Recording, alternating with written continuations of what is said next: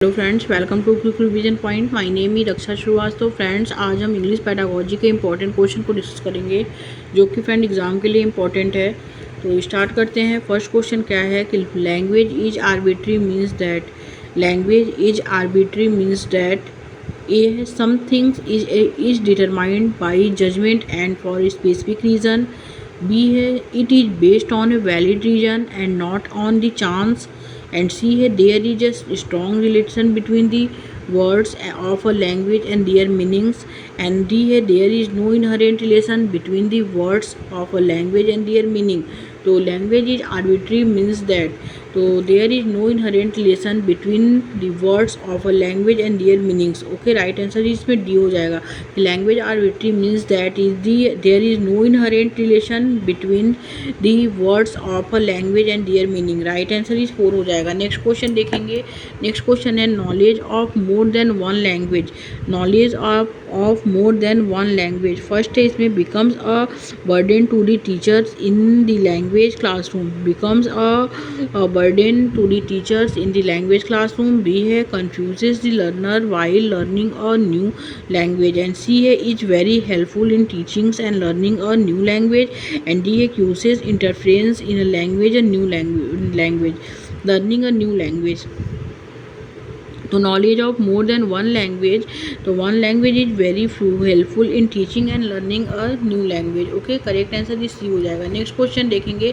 Language is not is a social. B है instructive, C है arbitrary and D है symbolic. तो language is not a instructive, language is not a instructive. बाकी language is a social, language is arbitrary, language is symbolic, but language is not instructive. Correct answer B हो जाएगा। Next question देखेंगे। Which one of the following is not an which one of the following is an example of basic interpersonal communication skills. Basic interpersonal communication skills यानी BICS. which of the following is an example of basic interpersonal communication skills. तो basic interpersonal communication skill is ए है explaining a producer to a peer during an experiment. B है discussing response to a story in a small group in the classroom. C है talking notes during a lecture of a talk. And fourth है negotiating turn talking with peer during free play. तो explaining, तो right answer जो होगा इसमें D हो जाएगा, negotiating turn taking with peer during free play. Okay, correct answer is D हो जाएगा। नेक्स्ट क्वेश्चन देखेंगे। A language teachers gives a task of group story writing. She started the story with once upon a time there was a little girl. Them she asked the groups to add on a sentence to the story. One student will record the responses in a group. This activity is used to enhance. तो this activity used to enhance is the BICS मतलब basic interpersonal communication skills. B है cognitive academic language proficiency. C है PPP present practice product. And D है ELT मतलब English language teacher. मतलब तो the language teacher gives a task of group story writing. She started the story with once upon a time there was a little girl. Then she asked the group to add on a sentence to the story. On student will record the responses in a group. This activity is used in enhance of the CAP मतलब cognitive academic language proficiency. Right answer जो होगा A B हो जाएगा इसमें। Next question देखेंगे। Jayashree is playing to teach a lesson on the speaking. Jayashree is playing to teach a lesson on the speaking. She uses two languages in her class. Which of the following statement on multilingualism is inappropriate? तो using more than one language in a speaking class. तो जैसी is playing to teach a lesson. जैसे is playing to teach a lessons on speaking. C uses two language in her class. Which of the following statement on multilingualism is inappropriate? Using more than one language in a speaking class. First है disadvantage student cognitively. B है is a positive approach to a language teaching which is worth adopting, and C is a natural circumstances, and D है facilitate the selection to appropriate language in the intended context. तो correct answer जो होगा friend की जैसी spraying to teach a lesson on speaking C uses two language in her class which one of the following statement on multiple lingualism in appropriate. तो multiple lingualism is appropriate to using more than one language in which class is the disadvantages student cognitively. Correct answer is A हो जाएगा इसमें. आगे देखते हैं friend next question क्या है.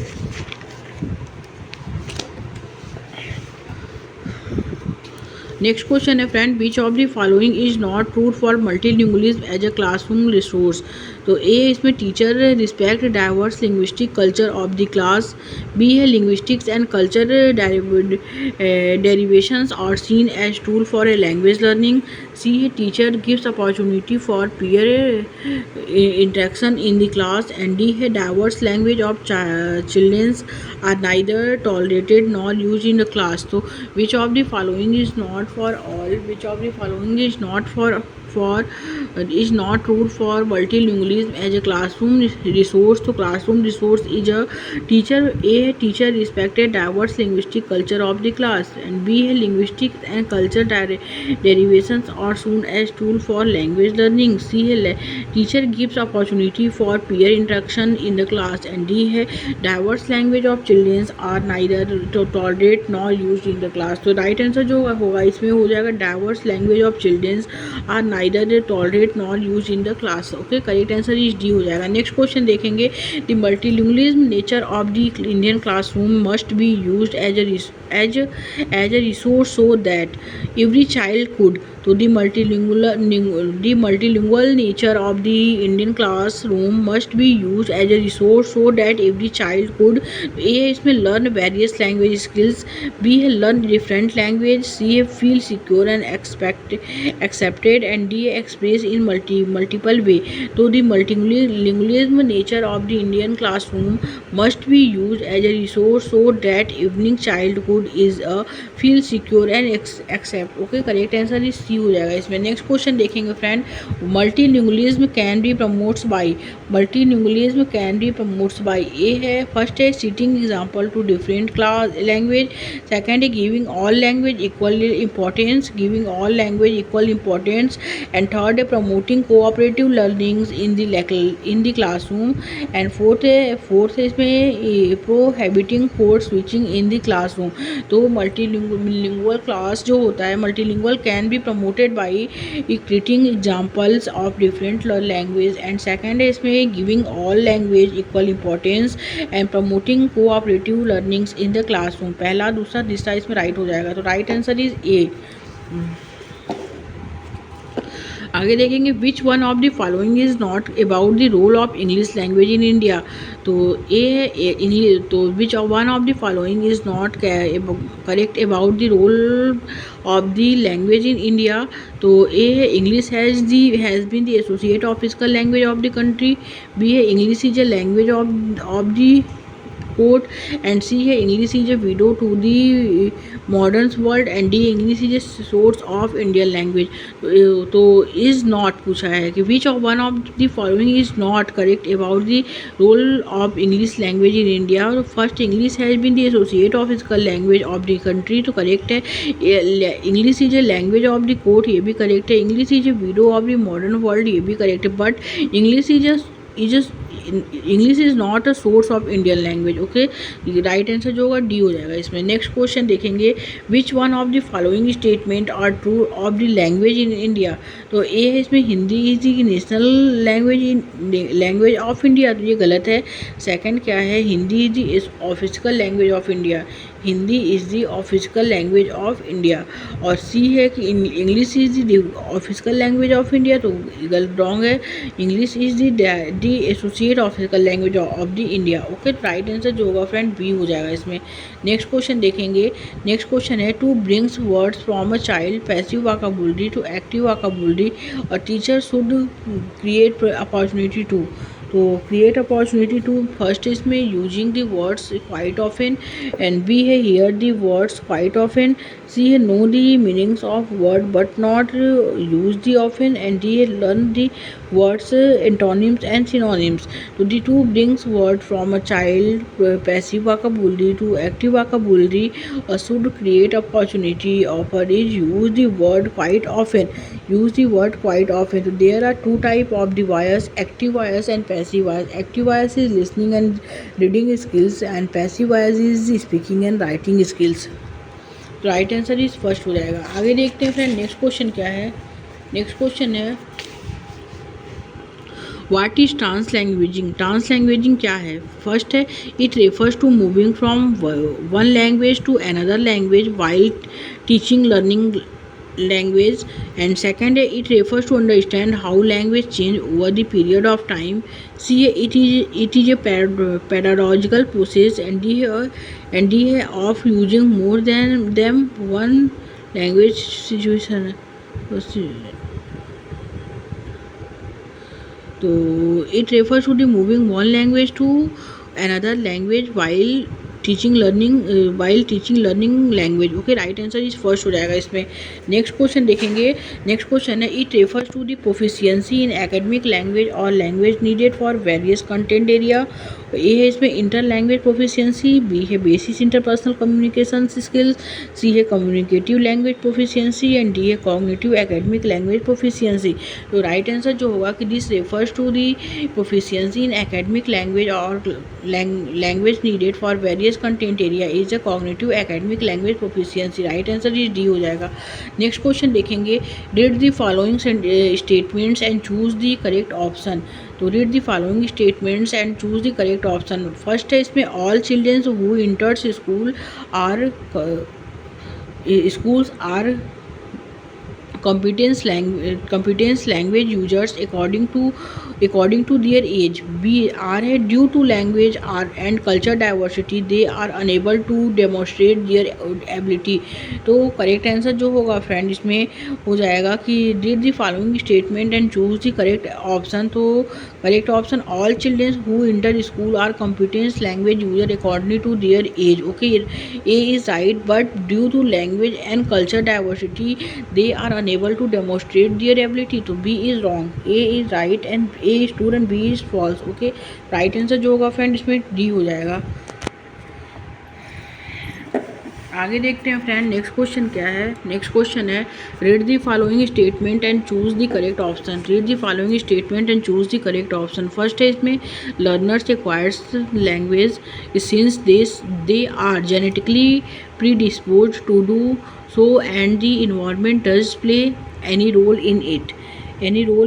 तो A is false and B क्या है. The learners centered classroom environment has a great impact on language acquisition. तो B is R is true. A is false and R is true. Right answer जो होगा. Next question देखेंगे friend. The ability to thinks and talk about language is. ए है meta linguistic abilities, B है phonological awareness, C है proficiency and D है emergent literacy. The ability to thinks and talk about language is a meta linguist ability. Right answer is A हो जाएगा. Next question देखेंगे. Next question है the idea that all childrens are born with an innate knowledge of grammar is given by. Innate knowledge जो है वो Noam Chomsky का है, according to Noam Chomsky. Right answer is first हो जाएगा. Noam Chomsky the idea that all childrens are born with an innate knowledge of grammar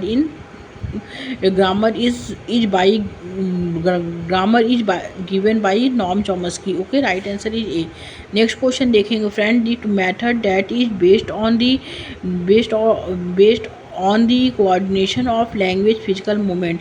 First है task based language learning, second है total physical response, C है cooperative language learning and fourth है comparative language learning. तो right answer जो होगा friend second हो जाएगा total physical response. Next question देखेंगे. नेक्स्ट क्वेश्चन क्या है कि according to Vygotsky when a child regulating his her own action with the help of language but that language is not audible to others.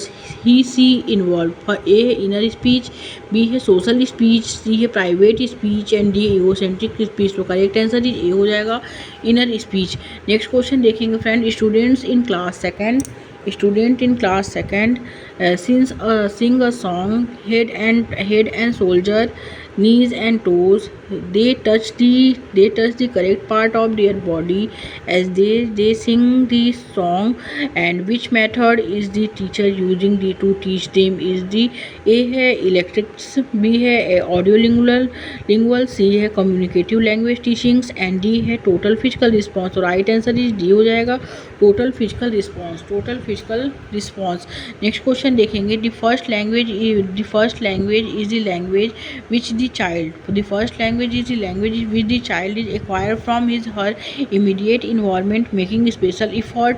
B है acquires from his her immediate environment without making any social effort.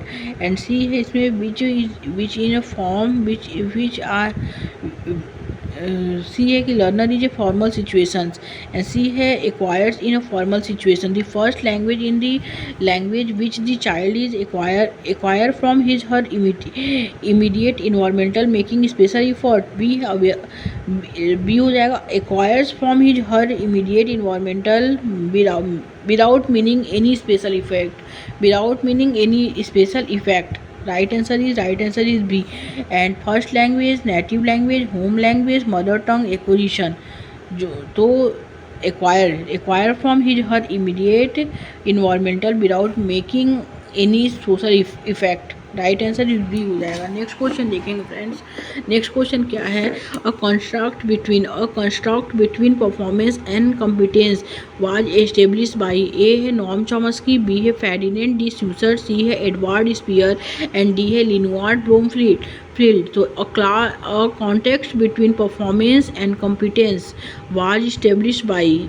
तो right answer is A हो जाएगा नॉर्म Chomsky. Norm Chomsky is given by led language acquisition device, given by innate ability, given by critical periods, given by universal grammar, given by generative grammar. Okay, right answer जो होगा A हो जाएगा नॉर्म Chomsky. Next question देखेंगे friend. Choose the correct statement from the following. तो first है first language is acquired through training, B है first language is acquired in school, C है first language is acquired in natural process and D है first language is acquired through the conscious effect of the child. तो choose the correct statement from the following. to first language acquisition is a natural process. First language acquisition is a natural process. Right answer is C हो जाएगा. Next question देखेंगे friends. the idea that language determines the way we think about the perceive the world related to the A है the sphere warp hypothesis, B है linguistic relatively, C है language sociolingual socialization and D है language acquisition. तो the idea that language determines the way one thinks about the perceive the world related to the sphere the Whorf hypothesis. Correct answer is A हो जाएगा. Next question देखेंगे friend. Diagnostic assessment is a part of. A है summative assessment, formative assessment, both summative and annual assessment and D है assessment of learning. तो correct answer is D हो जाएगा assessment of learning. When the teacher quietly observe the students during a collaborative grammar activity, the activity plays a role. The activity plays a role is the first है इसमें diagnostics, second evaluative and third C है इसमें interactive and D है record keeping. तो correct answer is A हो जाएगा diagnostics. Next question देखेंगे. When Mrs Garbit uses a diagnostic test in his class he can. A identify intelligent student of his class, B है identify student who doesn't to do their homework and C है इसमें identify student with learning difficulties and D है identify student who are डिलीगेंट. तो correct answer जो होगा friend B हो जाएगा कि identify student with learning differences. Correct answer is C. Next question देखेंगे, a teacher of grade 7 has to evaluate writing skills of her learners, which of the following should be the objective of the test items developed by first the learner is able to take the dictation, b the learner is able to describe characters orally and c the learner is able to express idea coherently and systematically, and d the learner is able to comprehend the question and write their awareness। तो right answer जो होगा C हो जाएगा, the learner is able to express idea and coherently and systematically. Okay, correct answer is C हो जाएगा। आगे देखते हैं friend, peer review is understand as an important strategy for improving student writing process. The process of peer review is to, तो first है इसमें encourage in finding fault of their peers, B है offer formative feedback to their peers which further help them to improve their draft, C है help the teacher in evaluations of writing of student, and D है be able to connect ideas and bold paragraph for their writing. तो right answer जो हो जाएगा, encourage in finding fault of their peers is offer formative feedback to their peers which further help them to improve their draft. Okay, correct answer is B हो जाएगा इसमें। Next question देखेंगे friends, next question क्या है, for assessing her students teacher gives them a task to compile portfolios of their writing work for summative assessment that is choosing their best 6 pieces of writing। This type of assessment is this type of assessment is A reflect teacher authority, B is student friendly, C is not appropriate, and D does not help in assessing child progress। तो right answer is B हो जाएगा friend, is student friendly. Is student friendly is the for assessing her students, for assessing her student, for assessing her student teaching gives them a task to compile portfolios of their writing work for summative assessment that is choosing their best 6 pieces of writing, 6 pieces of writing। this type of the is student friendly। Next question देखेंगे, summative assessment. Summative assessment क्या होता है? Summative assessment जो होता है, A है is a diagnostic and remedial, तो गलत है। बी है provide effective feedback to the student and their parents, तो एंड सी है allow the active involvement of the learners in their teaching learning process, and D है इसमें कि is used to make judgment about the student learning and performs। तो what is summative assessment? Summative assessment is used to make judgment about the statement learning and performs। Right answer is D हो जाएगा इसमें।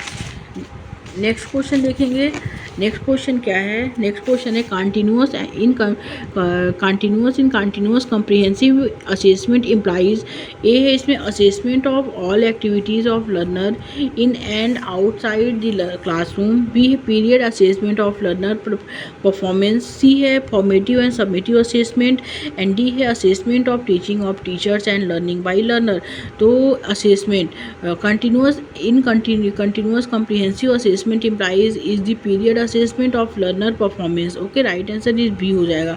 Next question, see will show you which is your, तो see will show you which is yours. A है adverb, B है adjective, C है noun, and D है pronoun. तो correct answer is D हो जाएगा, प्रोनाउन। ओके, आगे देखते हैं फ्रेंड, नेक्स्ट क्वेश्चन क्या है? नेक्स्ट क्वेश्चन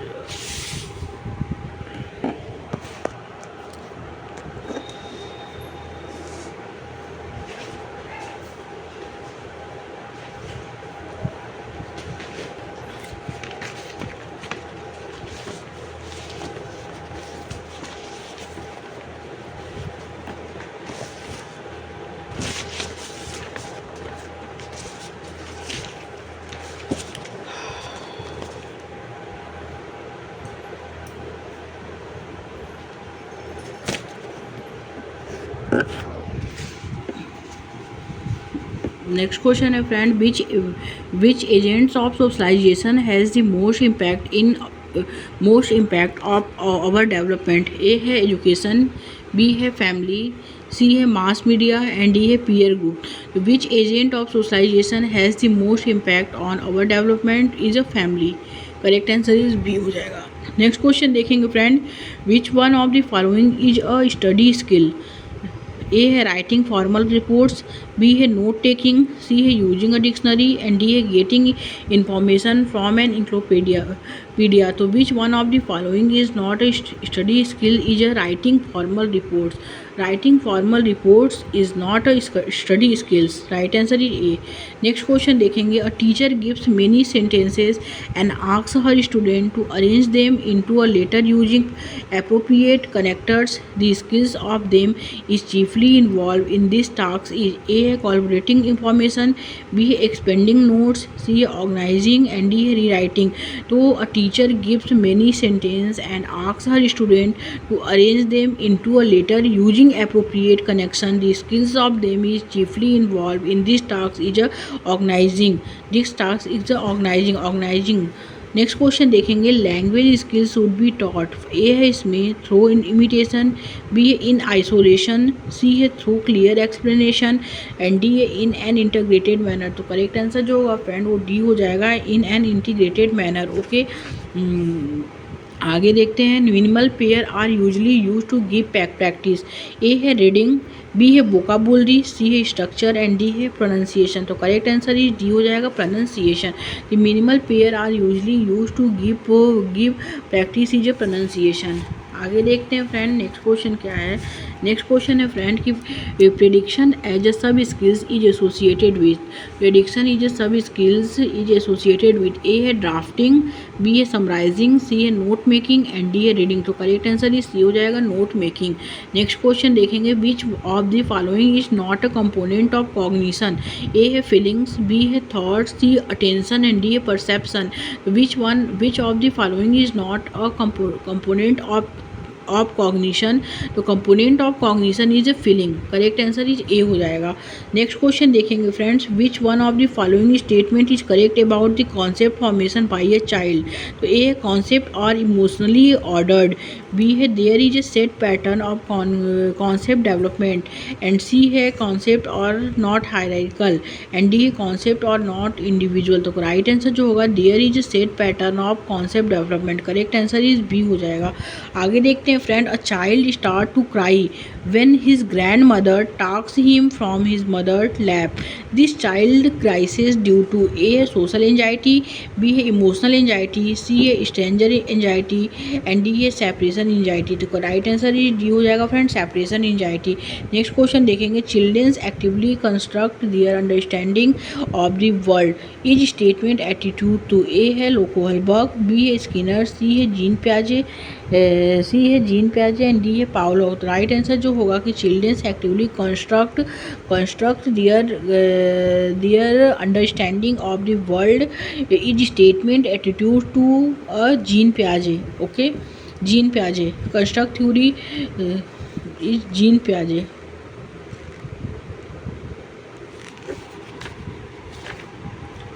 आगे देखते हैं फ्रेंड्स, नेक्स्ट क्वेश्चन क्या है।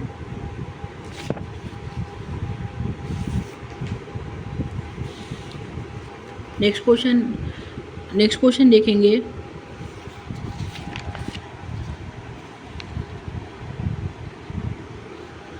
which of the following method advocates and oral drilling and mastery of the formal properties of language as essential for language learning? A है audio language, B है communicative language teaching, C है grammar translation method and D है physical response. तो right answer is C हो जाएगा, grammar translation method. Next question देखेंगे friend, learners are memorising grammar rules and vocabulary and large amount of work is done in the mother tongue, which method is being used by the teacher into his language class? ए है direct method, B है natural approach, C है communicative teaching and D है grammar translation method. तो correct answer is D हो जाएगा, grammar translation method. Grammar translation method is learner are memorising grammar rules, vocabulary and large amount of work is done in the mother tongue and which method is being used by the teacher into his language class. Okay, तो grammar translation method, right answer is D हो जाएगा। Next question देखेंगे, the reading has certain learning aims and task, learner are suppose to read the task in a details with concentration and due care it is called is intensive reading. Right answer is B हो जाएगा. Next question देखेंगे. A student of class 5 says I give my work a final check for accuracy before submitting it to the teachers. The student is working at the writing stage of the proofreading. proofreading जो होता है वो होता है कि accuracy for before submitting it to teacher. The student is working at the writing is the proof reading. Right answer is जो होगा C हो जाएगा. नेक्स्ट क्वेश्चन देखेंगे friends. A learner read through the news items in newspaper to know specific information. This reading is known as. तो this reading is known as. A है इसमें critical reading, B है skimming, C है scanning and D है study skills. Right answer is C हो जाएगा friend, scanning. Next question. Which of the following process involve for learning to write well in a language. तो first है इसमें पहले होगा ब्रेन स्टॉर्मिंग, फिर होगा ज्वाइंटिंग डाउन पॉइंट, फिर होगा मेकिंग आउटलाइन, फिर होगा राइटिंग द ड्राफ्ट, फिर होगा editing finalising. Right answer is D हो जाएगा इसमें. नेक्स्ट क्वेश्चन देखेंगे. Which of the following is not the purpose of extensive reading. Purpose क्या नहीं है एक्सटेंसिव रीडिंग का. तो ए है रीडिंग फॉर एप्रिसिएशन, बी है रीडिंग फॉर एक्स्ट्रापोलेशन, सी है reading for learning grammar and D है रीडिंग फॉर प्लेजर. तो राइट आंसर इज सी हो जाएगा इसमें कि reading for learning grammar. Okay. Next question देखेंगे friend. At the beginning of the lesson a teacher divided the class into groups and asked them to talk about an interesting newspaper article that they had just read. This type of speaking activity is for is the control oral practice. Right answer is B हो जाएगा, control oral practice.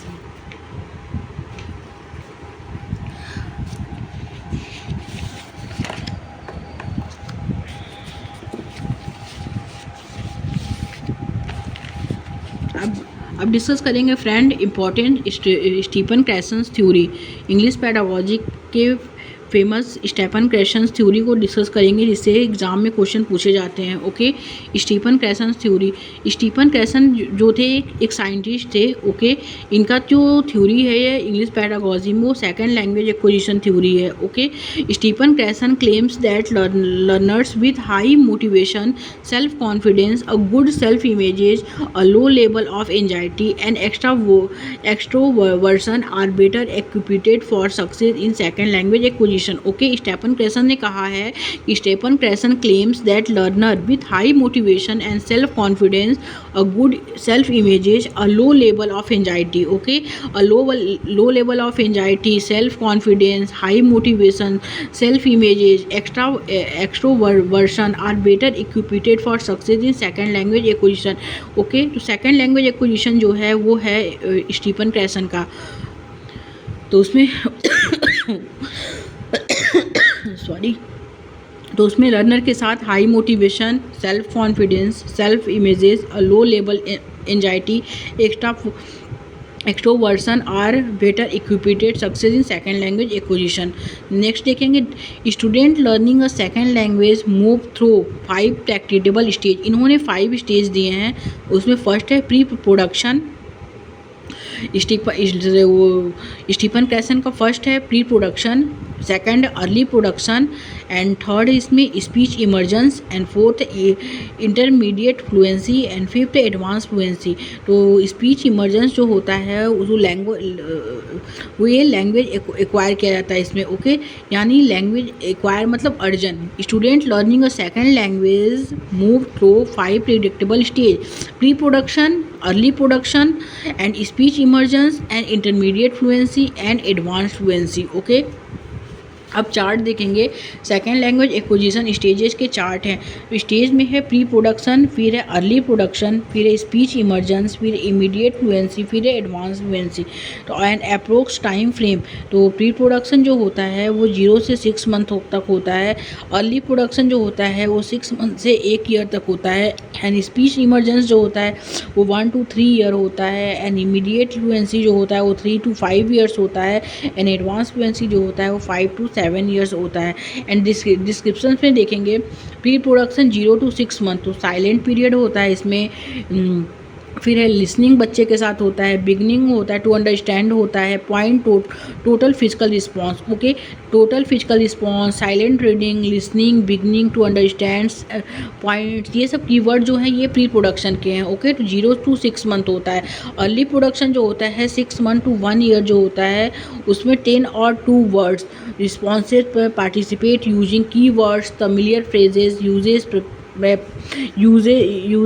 Present verb tense. Okay, ये जो होता है ये होता है 6 month से 1 year, जब बच्चा वो अर्ली प्रोडक्शन में रहता है, यानी अर्ली प्रोडक्शन स्टेज में रहता है। अब बात करेंगे स्पीच इमर्जेंस।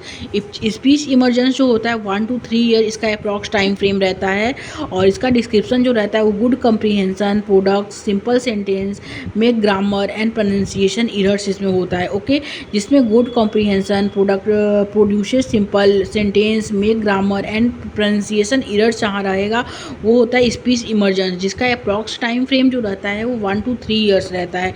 अब बात करेंगे इमीडिएट फ्लुएंसी। इमीडिएट फ्लुएंसी जो होता है उसका टाइम फ्रेम जो रहता है वो 3 to 5 years रहता है, और इसमें जो है एक्सलेंट कॉम्प्रीहेंशन होता है बच्चे का, मेक फॉर ग्रामेटिकल एरर्स होता है।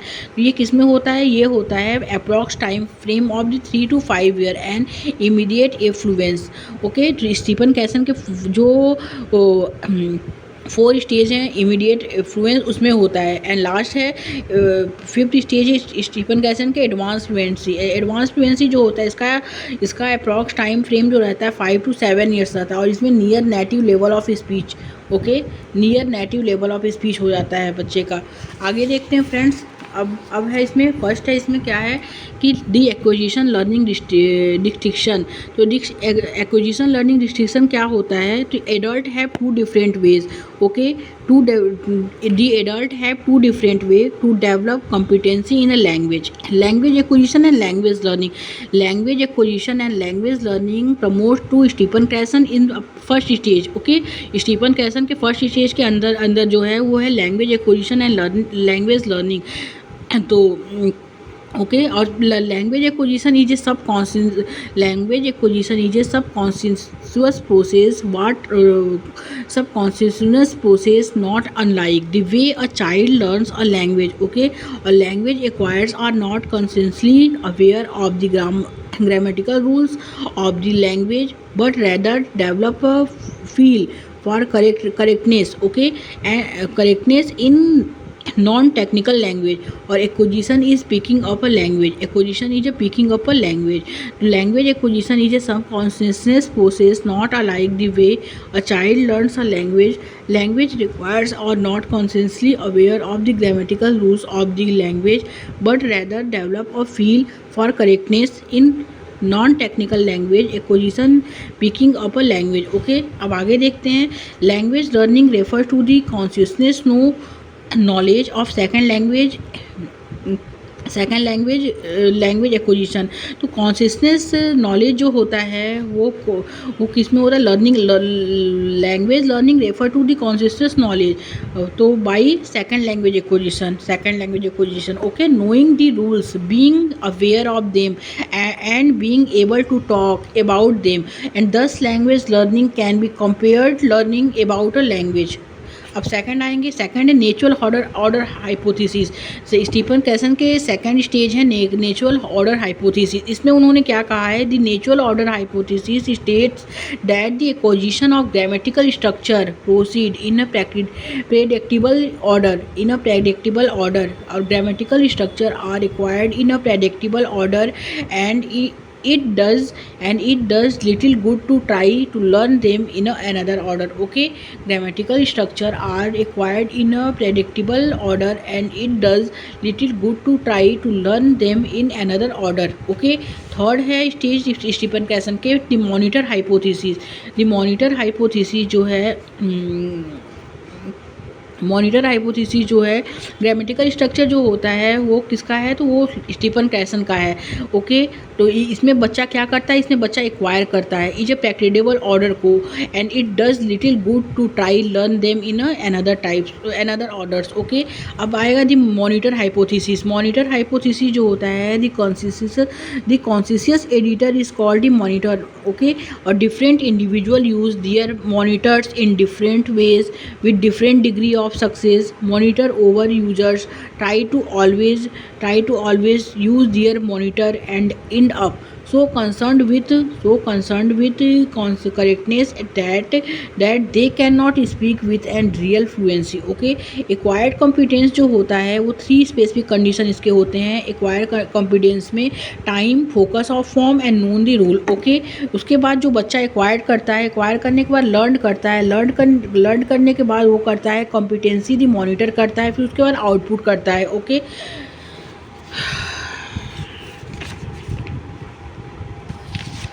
नेक्स्ट आएंगे फ्रेंड. नेक्स्ट है इसमें स्टीफन कैसन के 4 स्टेज क्या है. The input hypothesis. Input hypothesis में इन्होंने क्या बताया है, इसमें उन्होंने बताया है the input hypothesis answer the question of how language acquire develop competency. उन्होंने लैंग्वेज एक्वायर किया इसमें develop competency over time. East stage that language acquire. Okay, और who is at level is the must receive comprehensible input. तो comprehensible input is the given by Stephen Krashen. Comprehensible input is given by Stephen Krashen. ये exam में question पूछ भी चुका है कि language acquire who is at level I must receive comprehensible input. तो comprehensible input is written by Stephen Krashen, that is a level of I plus first. Okay, next and last उनका stage देखेंगे affective filter hypothesis. Affective filter hypothesis जो है वो Stephen Krashen के last stage में आता है. Okay, the affective filter hypothesis embodies Krashen's is view that a number of affective variables play a facilitative but no casual role in second language acquisition. Okay, इसमें कोई casual role नहीं रहता है second language acquisition का. These variables include motivation, self confidence, anxiety, personality trait, low motivation, low self esteems, anxiety, extroversion and inhibition. तो ये last stage है Stephen कैसन की. अब उनके कुछ क्वेश्चन देखते हैं जो एग्जाम में पूछे गए हैं. The idea of comprehensible input was first used by. तो the idea of comprehensible input was first use by A Vygotsky, B है स्टीफन कैसन, सी है N S Prabhu and D है चॉमस्की. तो करेक्ट आंसर जो हो जाएगा friend Stephen Krashen. The idea of comprehensible input was used by is Stephen Krashen. Okay, next question देखेंगे friend. As per Stephen Krashen the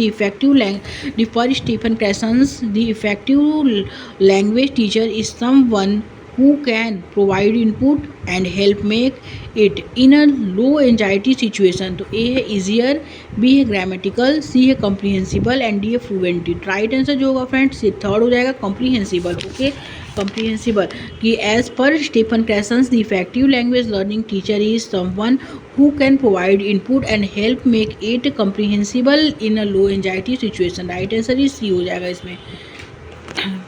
thank you friends.